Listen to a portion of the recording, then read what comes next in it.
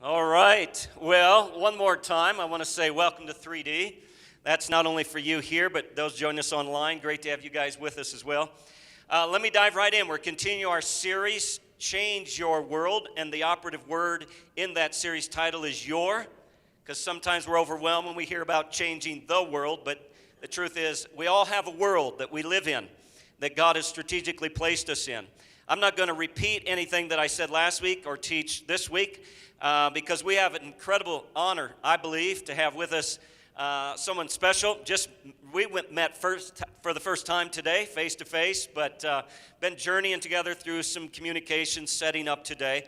And it's Dave Runyon who co-authored this book, The Art of Neighboring. And all I'm going to say about it is this: when I read this book months ago, I was deeply challenged and convicted for good reason. And I thought, I shouldn't be the only one that gets the honor and privilege of feeling this. So I thought I'd invite him to come here and inflict it all on you. So with that as an introduction, would you guys put your hands together and welcome Dave Runyon as our guest speaker here today at 3D Church. Thanks.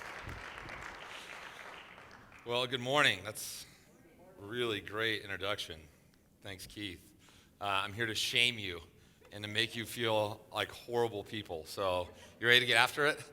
That's not what I'm going to do at all. So, hopefully we'll have a good time here this morning. I want to tell you a little bit about my story and how I got convicted around some of the same things that Keith is talking about. I was a pastor here in the Denver metro area for 10 years. Worked at two great churches and really thought that was going to be kind of the trajectory of my life, that I would spend my entire life doing vocational, some kind of church ministry. But that wasn't God's plan for me. I got obsessed with this one text, and it ruined my life. And I'll share it with you today. It's Jesus' last recorded prayer as a free man. And I literally was reading through the text, and this has only happened to me, I think, twice in my entire life, but this prayer, this scripture, just came screaming off the page at me. Some of you are probably familiar with it. It's found in John chapter 17. Jesus is getting ready to be arrested, to be crucified, and so he prays for himself, for what he's getting ready to go through. He prays for the disciples, and then he prays for all of us. He prays for every believer that was alive at that time and every believer to come. So, does anybody know what he prays for? Anyone? It's weird to like yell things out. So I know you all know this. So he actually prays for unity. Prays that we would be one. I think it's up there. It says, may the believers be brought to complete unity, to let the world know that you sent me and have loved them even as you have loved me. And there's about three different pieces of three verses that surround this. Jesus' prayer for us is that we would be one. And he doesn't just pray for unity for the sake of unity. He says, when there's unity, people that don't know God in some beautiful, mystical, sacred way get sucked towards him. And I sat there looking at that scripture, and I started thinking to myself, all of these things that I have always had this deep burden, this passion for people who don't know God to know him. And I just started to think about all the things that I was up to and all the things that I had spent time doing. And then I started to try to think about it in relation to this text. Like, what if this is true? What if one of the best ways for us to help people engage and run into the gospel is simply for us to be one? Then I started to think about, like, what does a non-believer think when they open up the phone book right now? And look, not that anybody ever uses a phone book. But if they, just go with me on that, because that's how I was thinking back then.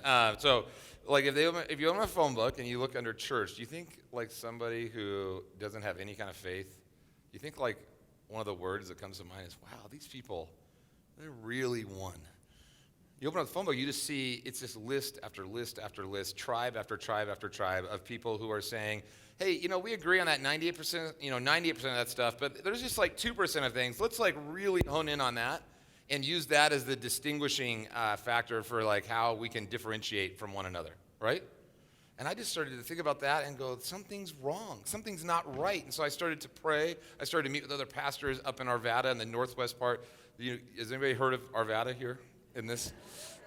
I found anyone who lives like south of I-70 or south of, actually, anywhere south of like downtown just thinks like north of I-70 is Wyoming. So Arvada is a town. It's a suburb of Denver. Just so you know. So I started to meet with some of my friends up there, and we started to just think through this. Like, what would it look like if in a specific area, a group of pastors and churches would come together and begin to actually work in unity, to begin to actually think, what are our city's biggest issues? How should believers be going after those together? Could we focus on the 98% of things that we have in common instead of the 2% of things that we don't? And as we started to think about that and to dream about that, we started to get really excited, and a bunch of us kind of like put our hands in. We're like, all right, we're going to stack hands around this. And we really felt like serving, mission, local mission was going to be the place that it was going to be best for us to live out Jesus' prayer for unity. So we get really excited about that. We start thinking about it, and then we have this horrible realization is that we don't know our own community well enough to actually be able to identify the smartest thing for us to do. That actually should be, like, if you're a pastor, you should know that, but we didn't because we were too busy doing other things. And so we, in order to fill in that gap and that void, we started to meet with different civic leaders.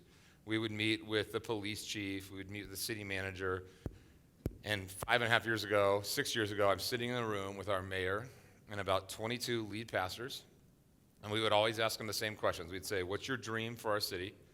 And if you could wave a magic wand and change something in our community, what would you change? And we would always ask those two questions because the second one, we would like get out our little pen and paper and we go, this is it. They're going to tell us.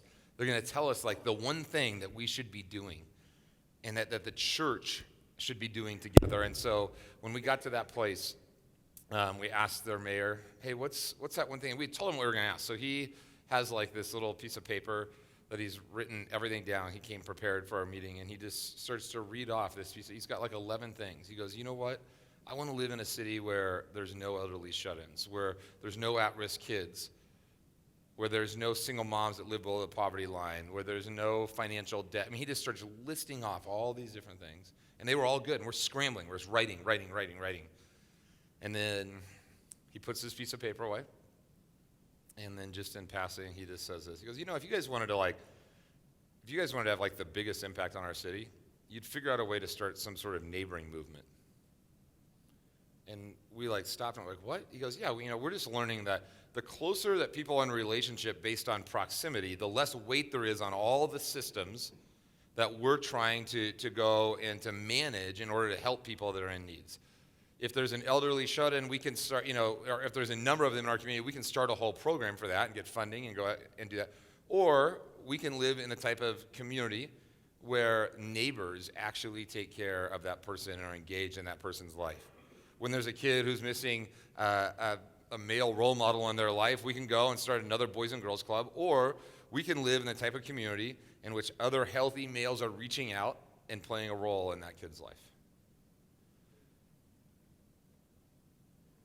I want you to imagine what it feels like when Jesus uses your mayor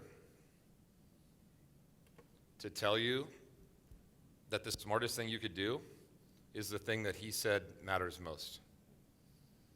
It's like a horrible moment. It's like a really bad moment when God's like, hey, I'm going to use your mayor to tell you that the smartest thing you do in your city, like, remember the Great Commandment? You know the second half of that? You should do that. Right? It's not, it doesn't feel great. It feels like you just got like kicked in the gut. But you ever get kicked in the gut and you're like, I needed to hear that. That's how it felt. And so all of us are sitting there in that room and we're just like, oh no, this is not happening. And then we just said, hey, let's pray. Let's take 2 months and pray about what we're supposed to do with this. I'll never forget driving home that day from that meeting, and I'm driving back into my suburban home. And I have a couple thoughts. My first thought is, Jesus is smart. I'm like, he gets asked to boil the whole text down to one thing. Is it possible that he gave us a strategic, simple plan that if every believer did it, it literally would change the world overnight? That was my first thought. And then the second thought was, I realized I'm not doing it.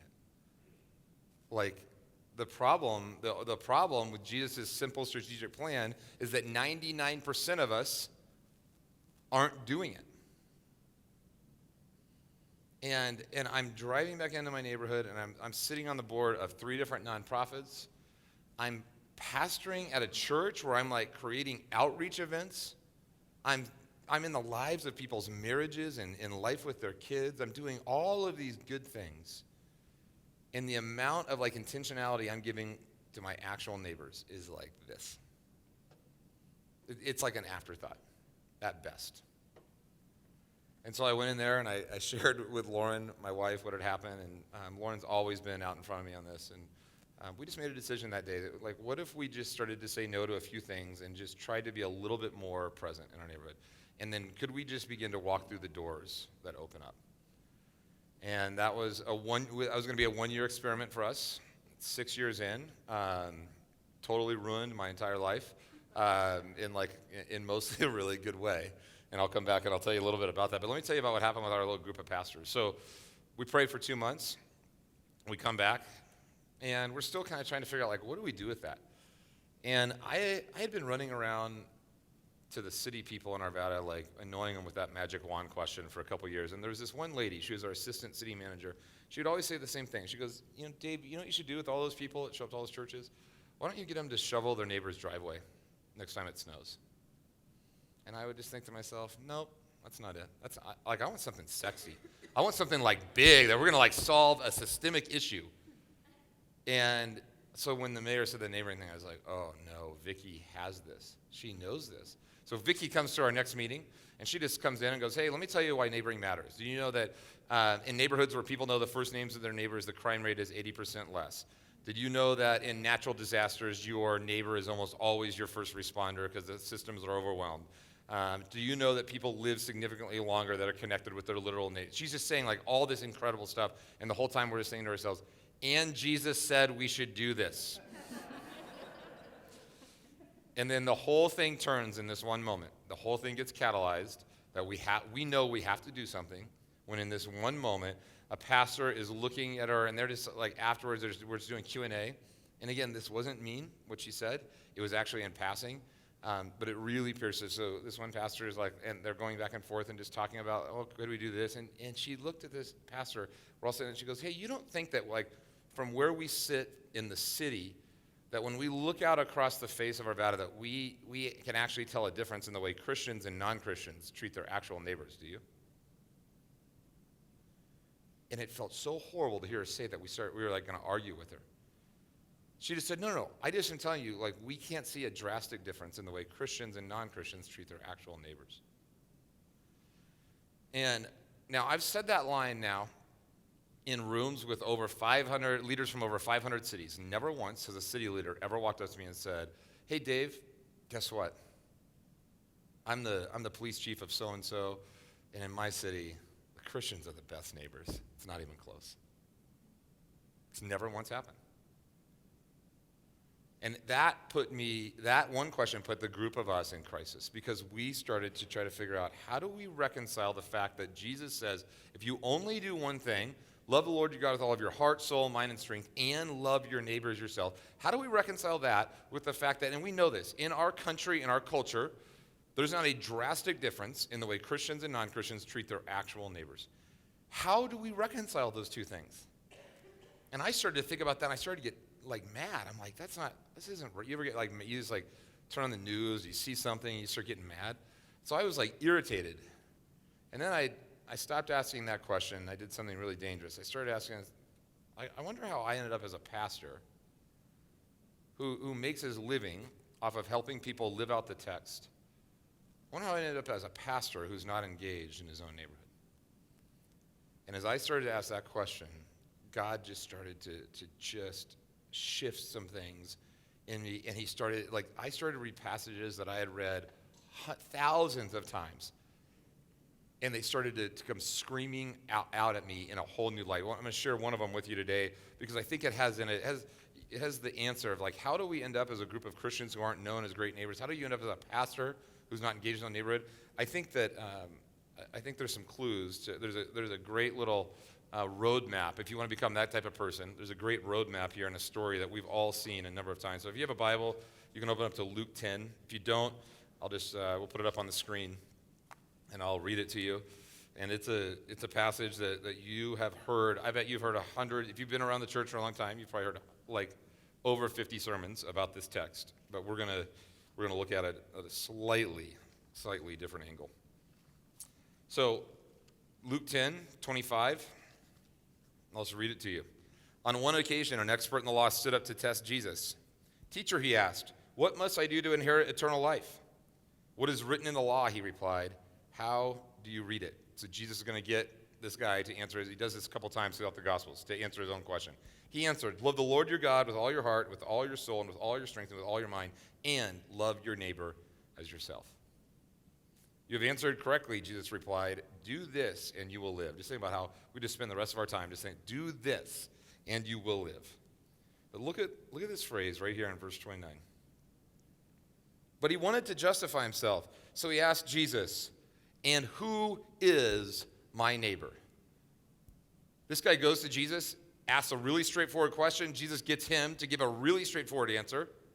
And his first thought is, how do I get out of this? His first thought is, Jesus, what is neighbor? What does that really mean? Right? In order to justify himself, he asked Jesus, "And who is my neighbor?" The expert in the law tries to define his neighbor. He tries to define the word neighbor so that it most easily fits into the life that he's already up to. Let me repeat that. The expert in the law, this guy, he's like, I wonder if I can define neighbor so that it most easily fits into what I'm already up to. Now, obviously, this is 2,000 years ago.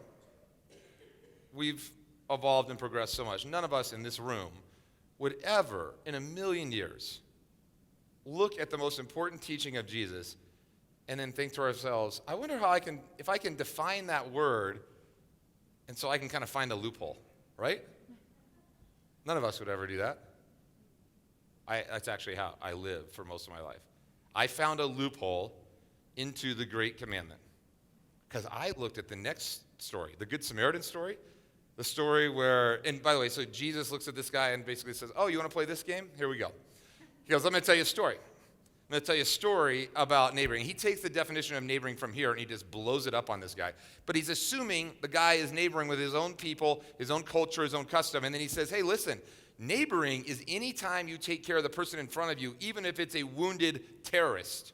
Okay? So he is giving this guy the AP version of neighboring. Now, how I processed that story for most of my life was like this.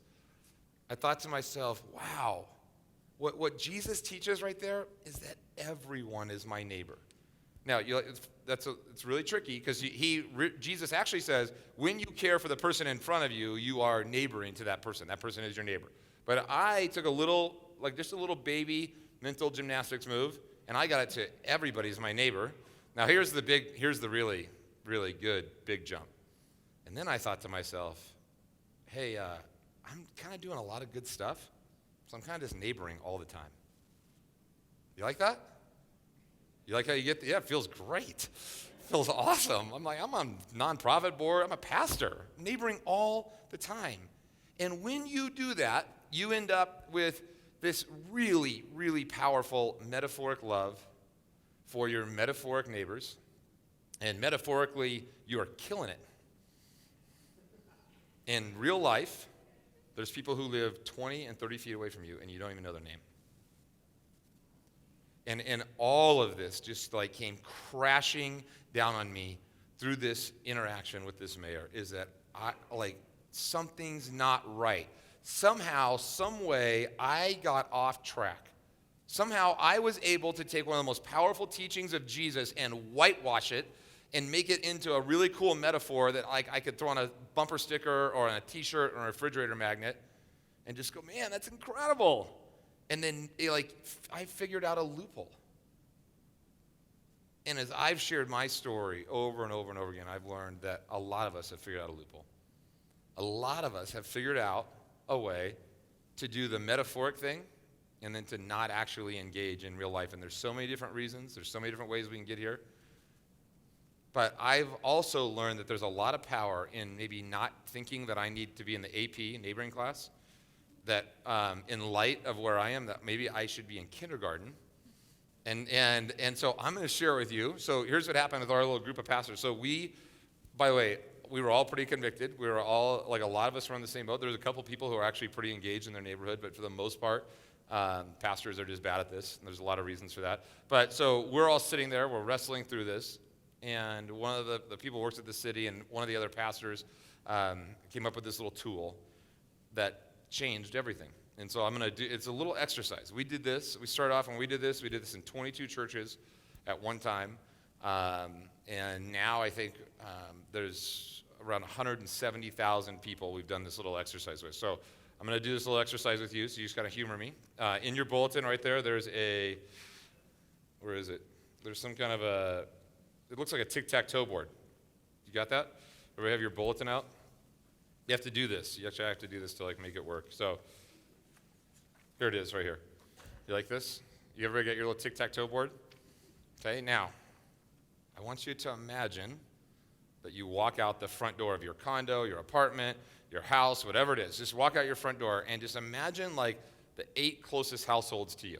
Okay, I know that your neighborhood doesn't work like this. I just want you to imagine you're walking out the 8 closest households. Now, I want you to take a second. I just want you to write down the name of the adults in those 8 households right now. Just start writing. Okay, I want you to write down the name of the adults. Don't cheat. Do not ask your spouse. Devin, you're cheating. So you just write them down right now. If you don't have a pen, just do this in your head. Okay, I want you to think, how many of the adults can you list off in those 8 households? You can't write annoying lady. Okay, cannot write dude who has a blue car. Okay, real people's names. If you know their kids' names, write them down. If you know their dog's name, write it down. Okay, but just start writing down in each one of these blocks. Don't try to take somebody who's 15 houses away to make yourself feel better and put them in here. Okay, that's what I did the first time I tried to do this. By the way, the first time I did this, I could fill in both adults' names in 2 of those houses. Just so I'm going to help. Some of you are experiencing shame right now. I'm just trying to help you get over that. Okay, so 2 of those houses I could write down. Now, I had met all my neighbors.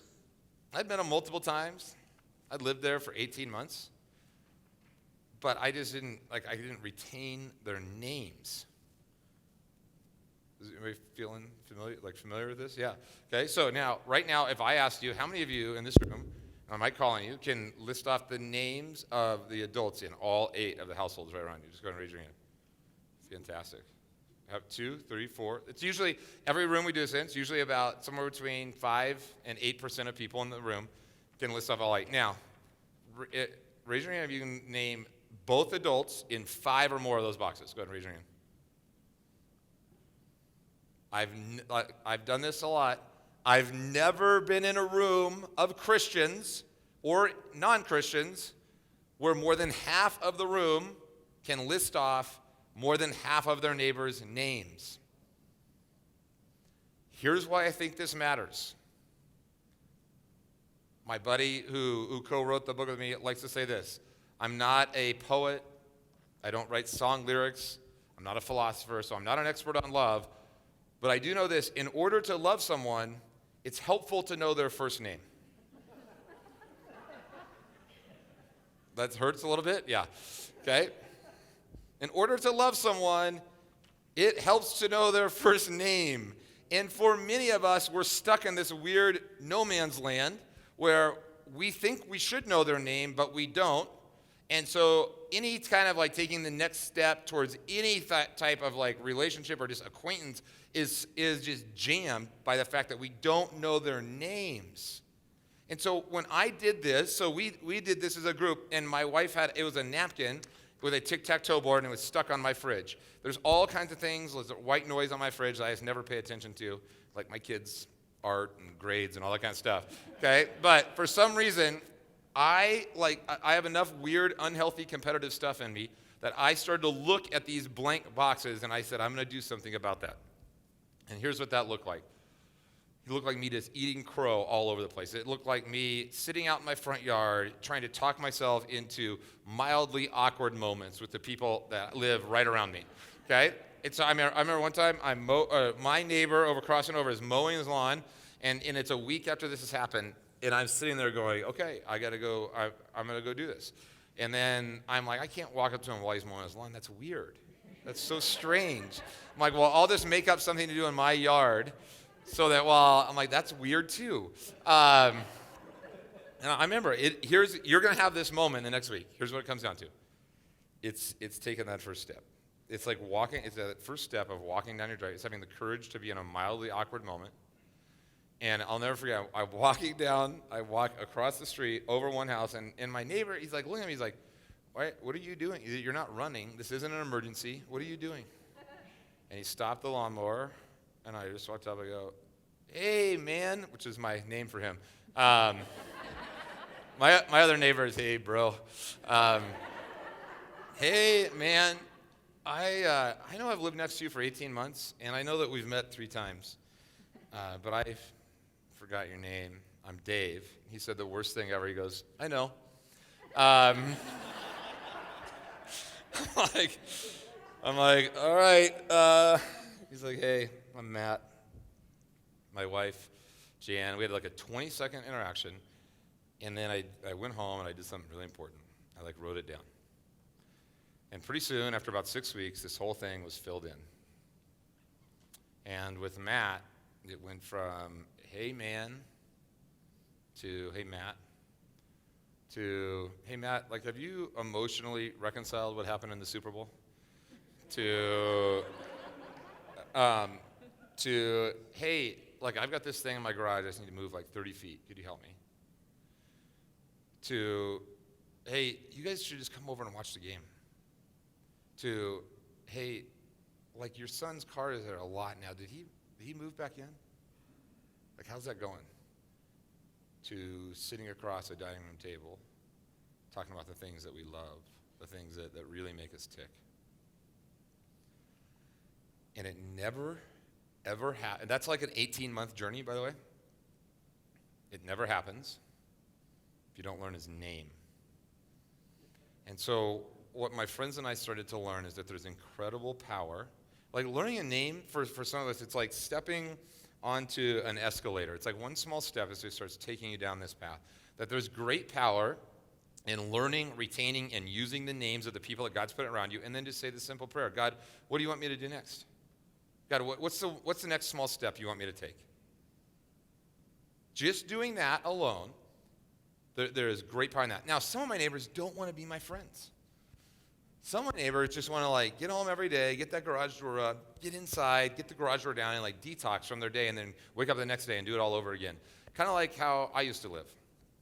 So I have I can really understand that. But some of my neighbors are dying for relationships. Some of my neighbors, the level of depth that they have with anyone else in their life is a quarter of an inch below the surface level. And they're dying to talk to somebody about what they're learning or where they're stuck about parenting or how they're struggling with their job and what they really want to do. Now, I want to give a little caveat here. If you're smart and you're really Bibled up, you might be thinking to yourself this right now. Usually about 30% of the room is thinking this. Dave, one, you're not very good at exegeting the text. And if you're smart, you'll go back and you go, listen, what I'm doing with my friends at work is neighboring. I'm spending all this time making relationships with the parents on my kids' soccer team, and that's neighboring. I just got back from a short-term missions trip, and I just sat there and cared for these kids and loved on them, and that's neighboring. And if you're thinking that to yourself, you're 100% right. But here's the catch. All of that doesn't somehow magically make the people who live right across the street from us less of our neighbors. And I lived my life like that was the case. I lived my life, and I just thought all these different things of I got to choose, and I'm just too busy, and my family's really important, and I gotta. That's the first priority. I can give you all the scripts for how to get out of it. But what we're taught, learning somebody's name and then taking the next small step, is not, it actually will totally screw up your life, okay? So let me make that sure I'm really honest. I'm not going to paint some really rosy picture where you just step into these relationships and it's just everybody's happy and you're just throwing block parties all the time. It's totally messy. It's really, really hard.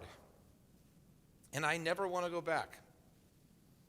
It's the antidote for us as followers of Jesus for not getting stuck in some weird Christian bubble. It's the lab for us to live out the New Testament. It's totally, like if you do this, you will be so far over your head in the ministry moments, you won't even know what to do with yourself. People be coming up and going, I don't know, Keith, like I think my neighbors, I think they're swingers. Or like, hey, like they're like doing like real drugs. They're not like just smoking weed. They're like, there's like crazy stuff happening over there. Okay? And you're going to be totally ill-equipped for this. And I think that's where Jesus went. I think like when you study the scripture, you look at the text, Jesus is constantly just hurling people into ministry way above their pay grade. And then coming back and debriefing and processing and regrouping and then moving forward. So I don't want to paint some weird rosy picture, but I do want to tell you this. Like there's great power and great things happen when the people of God rediscover a theology of place. When the people of God actually start thinking, I don't just live here by accident. And I think one of my favorite texts that talks about this, there's a theology of place all throughout the scriptures. One of my favorite places is found in Acts. Paul is sitting, he's right below the Acropolis. There's this little tiny place called Mars Hill, and it drops off, and he's talking to all these people in Athens. And it's one of the great sermons in the Bible. He looks at these people in Athens. He says, hey, by the way, I was walking through your city today. I saw this idol to an unknown God. I'm going to tell you about the God you do not yet know. And he goes on. He starts to talk about God and the characteristics of God. And one of the things that he shares with them really is pertinent to our discussion today. He says this. He said, from one man, so God made every nation of men that they should inhabit the whole earth. And God determined the time set for them in the exact places where they should live. God did this so that men would seek him and perhaps reach out for him and find him, though he is not far from each one of us. Let me tell you what this text says. You don't live where you live for the reasons you think you do. You don't live where you live because you can't afford another place, or because you always wanted 4 bedrooms up, or the school district's great, or the curb appeal was awesome. You live where you live because God has placed you there at this exact moment, and he's placed the people who are around you there for a reason. And I love the posture that's implied here. God did this so that men would seek him and perhaps reach out for him and find him, though he is not far from each one of us. By the way, it doesn't say that I'm placing these people around you so that you can debate them into heaven. Okay? It says, okay, that men would seek him and perhaps reach out for him and find him. He's saying, listen, I'm placing you there so that when people reach out for God, that they're going to have handles to grab onto. My neighbors for most of my life never could reach out and have a handle to grab onto because they didn't even know me. I wasn't even present. I wasn't engaged. What we do in our neighborhoods, what we do in our front yard matters. It's real ministry. It's just like being on the elder board or the children's ministry or the student or whatever it is. It's the real deal. And for about 10% of you in this room, that's great news because you just realized something you've been doing for 20 years actually really, really counts. And for the other 98% of us in this room, it should be should really give us a moment to pause and to think, do I actually believe that? Do I actually think God is at work? If you believe this text, that he determined the time set for us, the exact places where we should live, and the people that live, if you really believe this text, it'll change the way you drive in and out of your neighborhood every day. It'll change the way you will start to realize there is something sacred going on my block. And I need to be part of it. I want to be part of it. And I'll tell you, proximity-based relationships are unlike anything else. Well, the only thing I can compare it to is family. Family is the other thing. We don't choose our family. And so we have to be in a lot of hard relationships with people that sometimes we have things in common with and sometimes we don't. That's pretty much what neighboring's like. I thought when I first started this thing, this whole thing started happening, I'm like, oh my goodness, this is going to be the greatest evangelism tool ever. And it's been amazing. People have come to know Jesus. Our lives have been changed, but that's not it's actually become the greatest discipleship tool I've ever seen. The way that it's changed my wife and me and our kids, the way that God has used this to bring up some of my junk to the surface, have me confront some of my own wants and desires. I mean, most of my life, I drifted into relationships with people that I chose to be with. I ended up with people who were really funny and who love sports and who are rich. Like that? I'm just being honest here. If you want to ask me about who my small groups look like and what, that's what it looks like. Because I like to laugh and I want to have things in common with people. And I just learned if you hang out with rich people, it's like you're rich for a day. It's like you get to live their whole life for a whole day. And you start basing relationships on proximity, and all of a sudden, things start to, like, I have friends now who don't like sports. I don't even know, and I have friends that aren't very funny, and that are kind of like socially awkward, if I'm going to be really honest, and who have passions and interests and expertise and things that I have huge deficits in.